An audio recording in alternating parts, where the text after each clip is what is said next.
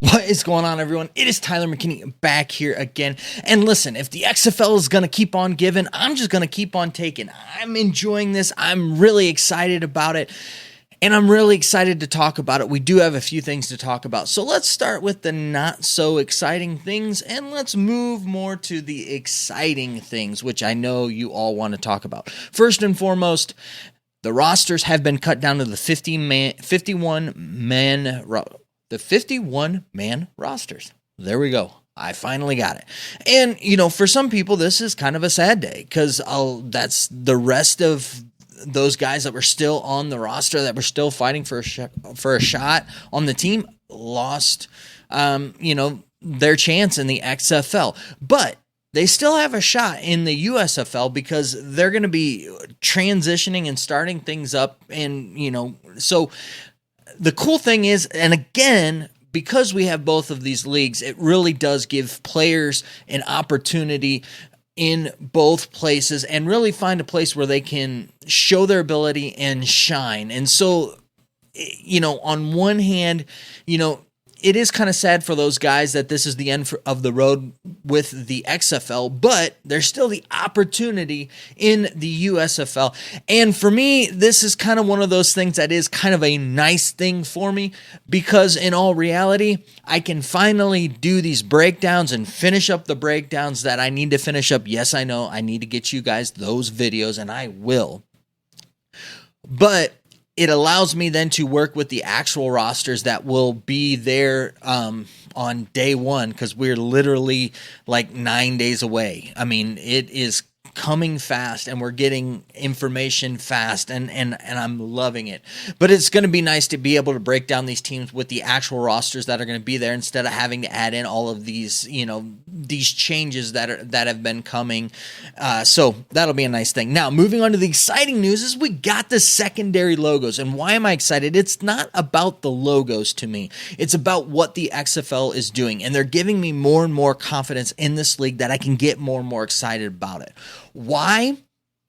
Well, because they're listening to the fans. The fans have said they want the Renegade back. We got the Renegade back. And most importantly, we got the Shield back. We've all been talking about how we love the Shield, how it was great for DC. It was something that they used, that they utilized, that everybody loved, and they brought it back. And I love the fact that they brought the Bandit, the Renegade, that logo back as well. It really does show that they are truly listening to us fans and that we do have a voice. So if you're watching these videos and you hear me saying that, we need to support them, we need to show our support, and you're thinking, you know what, Tyler, it really doesn't matter. Yes, it does matter. And this right here, what we got today, these logos, they matter. So, I'll kind of give you my thoughts with it. I'm not going to break these down and go through and give you this top-down ranking and stuff like that, but I'll touch a little on each one of them here. Let's go ahead and let's start off with the Guardians. The Guardians is just a G. It's okay, nothing crazy, nothing great. It was an all right thing to do to add. And the Guardians, it wasn't, they didn't really need to do anything here. They just kind of needed to give themselves really, a secondary logo, something that they could use in place of that kind of beast gargoyle thing. So that was nice. That was good. Moving on to, let's go ahead to San Antonio. This is,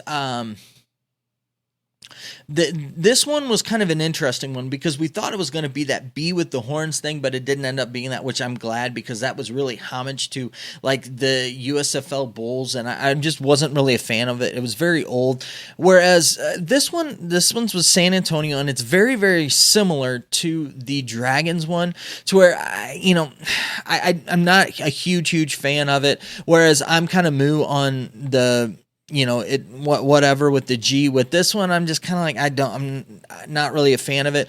I kind of understand what they're trying to do. They're trying to get into the heritage of, the art, the culture that's there with the design. They did a good job with the S and the A. It's just not a fan. I think they could have, paid homage, to the culture that's there and the history without having to do the intertwined thing with it. They could have done something different, and I think that would have been really, really cool there. Moving on, St. Louis, I think that it's spot on. It's sharp. I love the kind of the hawk, getting, that hawk head thing. That's really nice. It's kind of a different take on it, and it does have a very kind of like Air Force-y kind of a look to it to me, so where I really do enjoy it. The STL Sharp, that'll fit in perfect with things. Moving on to Las Vegas, the L and the V, kind of do have a little bit to the old Las Vegas one, but I wasn't a fan of that. It's okay. I think that it's all right. I think that they're trying to pay homage to Las Vegas with this logo and that, but it's okay. It'll look fine. It'll look good on jerseys. It just really reminds me of the Saints, and you go from Sin City to the Saints. It's just I don't know. That's just kind of where my mind goes with that whole thing. DC Defenders, of course, the shield. I mean, what else could you have there? I thought that right there was the piece that I was like, okay, they get it. This is the piece that made it for me. So, hats off. Great. Yes, I am bald. Hats off. It's great. For that. Now, moving on to the Houston, kind of the gears kind of thing, and it really does have a very it just kind of like union worker type of a thing. It kind of like looks like a union badge almost type of a thing with it. It also kind of too, if you look at the gear, look at it like it is, it almost looks like a pipe, the end of a pipe that would, connect it with the next section of a pipe, that with the H in the middle. It's good. It'll fit nicely there with it. And then finishing up with the Dragons, I like the Triton, the Trident. I love that with it.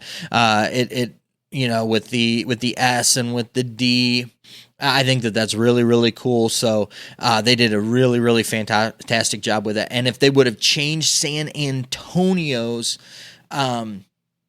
that would have made the one with the Sea Dragons even so much more better.